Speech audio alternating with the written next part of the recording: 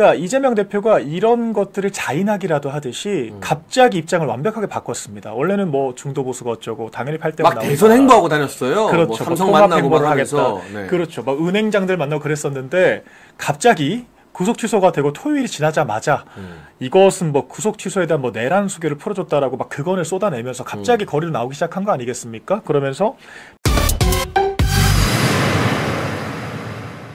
근데 여기서 아까 국민의힘 지도부의 뜨뜻미지근한 태도에 대한 이야기 한번 해보면 그 와중에 그래도 개별적으로 네. 어제 오늘 밤을 샌 윤상현 의원, 강승규 의원, 또 뭐 박대출 의원, 장동영 의원 등등도 이제 헌재 앞에서 릴레이 농성을 한다고 하는데 저는 민주당이 지금 총동원령을 내렸잖아요. 네. 전 이 배경에 문영배를 비롯한 좌파 판사들의 SOS가 있다고 생각해요. 맞습니다. 이재명이 좌파 판사들과 소통을 안 할까? 100%. 거기에 정보 소식통이 없을까? 그건 너무 순진한 생각이죠. 더군다나 정계선 재판관은 남편이 그리고 이미선 재판관은 여동생이 그렇죠. 네. 다 이 탄핵을 주도적으로 지금 탄핵 시위를 주도하고 있는 그런 입장에 있잖아요. 맞아요. 소위 우리가 백엔머리 송사라고 하죠. 네. 그러니까 남편이 그런 입장이라고 하면 사실 밤에 이야기를 안 나눌 수는 없을 것 그럼요. 같거든요. 네. 그리고 문영배 그 소장 대응은 뭐 제가 확정적으로 말씀드리기는 어렵지만 뭐 여러 이야기들이 있는 것이고 그래서 그러니까 이재명 대표가 이런 것들을 자인하기라도 하듯이 갑자기 입장을 완벽하게 바꿨습니다. 원래는 뭐 중도 보수가 어쩌고 당연히 8대 막 대선 행보하고 다녔어요. 그렇죠. 뭐 삼성 통합 만나고 막 행보를 하면서. 하겠다. 네. 그렇죠. 막 은행장들 만나고 그랬었는데 갑자기 구속 취소가 되고 토요일이 지나자마자 이것은 뭐 구속 취소에 대한 뭐 내란 수계를 풀어줬다라고 막 그건을 쏟아내면서 갑자기 거리로 나오기 시작한 거 아니겠습니까? 그러면서 박찬대 원내대표가 너무도 다급한 목소리로 갑자기 마은혁 재판관을 빨리 임명해라 라고 읍소를 하기 시작을 했어요. 그러니까 이 말은 즉슨 6표를 모으기가 힘들구나. 지금 합의가 안 되고 있구나. 그러니까 못해도 5대3 구도가 유지되고 있다라는 강력한 전 증거라고 생각을 하거든요.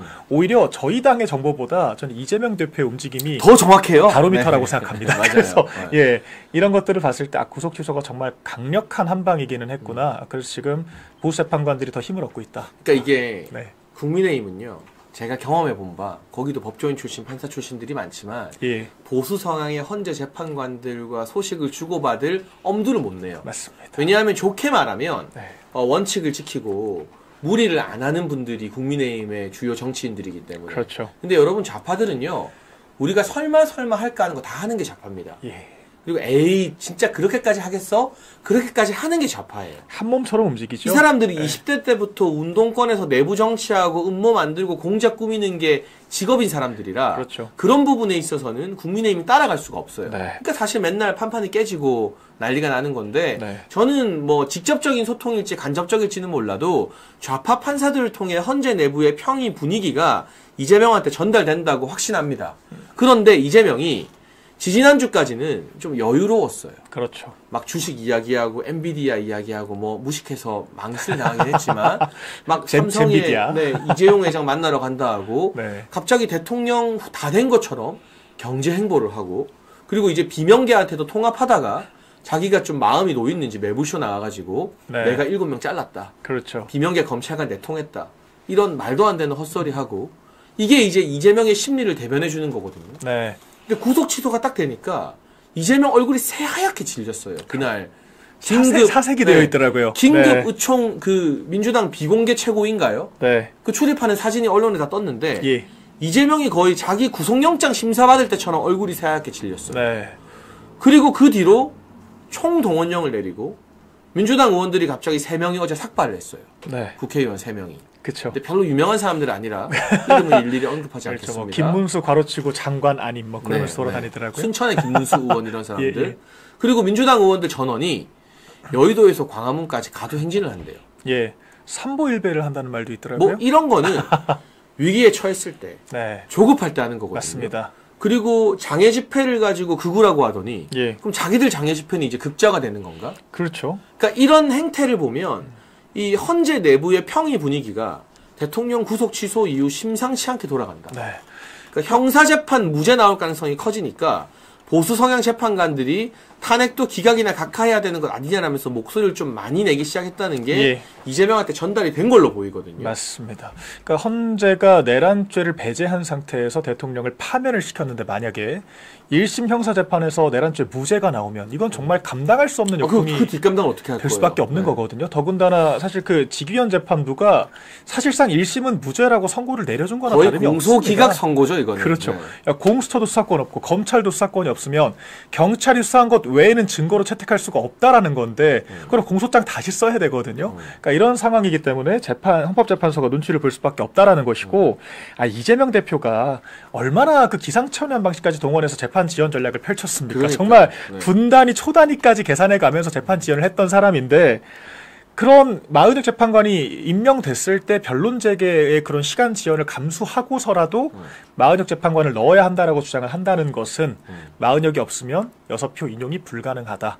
이런 자백을 하고 있다라고 생각하고요. 지금 우원식 국회의장도 아마 지금 기자회견 하고 있을 방금 거거든요. 했어요, 방금. 네. 그러니까 이것도 사실 경악스럽죠. 아니 국회의장은 정치 중립의 의무가 있습니다. 그런데 민주당의 어떤 뭐 개인적인 그런 뭐 메시지를 하다라는 것도 아니고 국회의장이 이건 사실상 권한대행을 압박을 하는 거거든요. 압박하는 메시지 중에 이 마은혁 재판관 관련된 내용도 들어갈 거라고 하는데 이것은 헌법재판소가 그 판결을 내렸으면 이에 대해서 권한대행이 언제 임명할지 판단을 하면 되는 것이지 이거를 국회에서 추가적으로 압박을 한 사안은 전 아니라고 봅니다. 아니 국회의장이 이렇게 정치하라고 있는 자리가 아니에요. 나가야죠, 사실. 이게 국회의장은 원래 당도 나가요. 그럼요. 탈당하잖아요. 예. 그거는 뭐냐?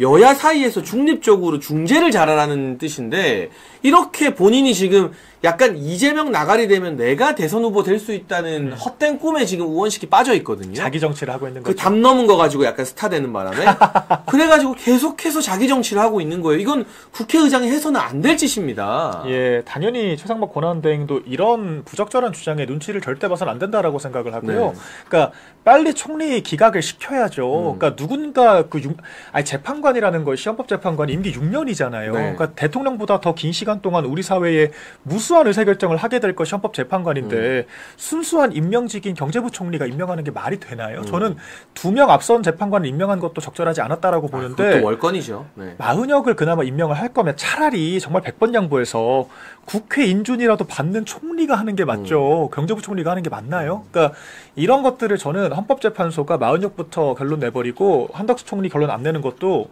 이 민주당과 짬짬이를 하고 있는 게 아닌가 강력한 의심이 됩니다. 그런 게 아니고서야 이 변론기일 하루 만에 끝난 이 재판, 쟁점도 없는 재판을 3주 동안 선고 안 내릴 이유가 없잖아요. 그리고 이 한덕수 총리가 부재한 틈을 타서 민주당이 계속해서 최상목 권한대행을 압박을 하고 있고 이제는 국회의장까지 나와서 압박을 하고 있고 결론적으로 최상목이 마은혁을 임명하는 것 말고는 방법이 없다라는 절박함의 발로인 것이고 굉장히 부적절한 행보입니다. 네, 그래서 우원식이 2시에 갑자기 마은혁 임명하라고 최상목을 압박하면서 기자회견을 한 이유 이것도 역시나 네. 헌재 내부에 지금 마은혁 없이는 탄핵이 안 된다. 그렇죠. 4대4 내지는 5대3 구도가 굳어지고 있다라는 네.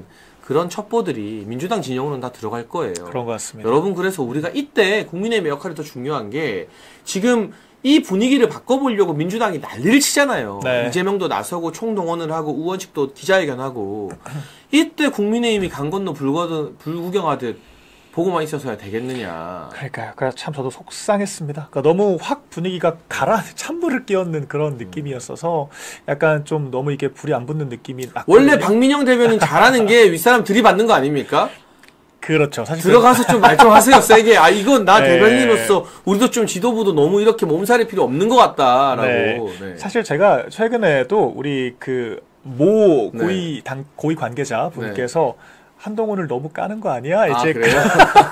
사실 그런 워닝이 조금 왔었습니다. 네. 하지만 제가 말씀하신 것처럼 네. 말을 잘 안 듣기 때문에 네. 예, 제가 어제도 종편 나가서 장난 아니더라고요. 네. 예, 가열차게 비판을 했었고요. 네. 그 제가 이것도 사실 다양한 내부 방면으로 또 조언을 드렸습니다. 저희가 그렇다라고 해서 막 한동훈처럼 좌표 찍고 이렇게 치부를 들추면서 괴롭힐 수는 없잖아요. 그래서 제가 어쨌거나 현직 당 대변인인 만큼 좀 내부적으로도 좀 그런 해결할 수 있는 방법들을 찾아보도록 하겠습니다. 네.